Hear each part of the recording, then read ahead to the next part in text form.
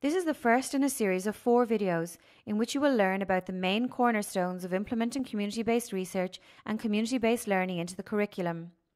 In this video, we focus on the core principles and rationale for community engagement. So let's begin and consider the core principles of community and civic engagement.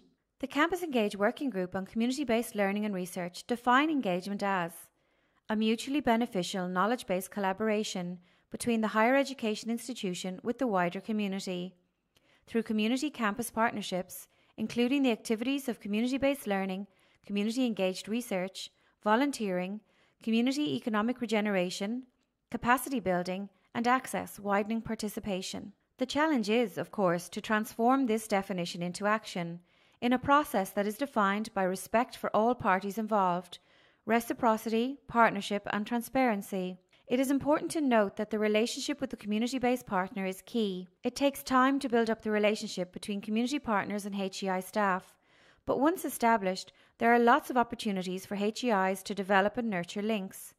The community partner is just that, a partner and equal, and their need is paramount. So apart from the important benefits for the community, why do we encourage you to transform your curriculum? Well, the benefits of community and civic engagement for students and staff in higher education are impressive and have been documented in the literature.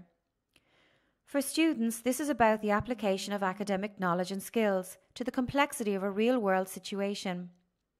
It gives them the chance to investigate their future role as a professional and how they can contribute to better community outcomes.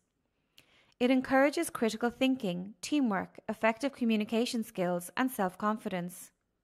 For staff, it offers a chance to increase awareness of community issues relating to their discipline.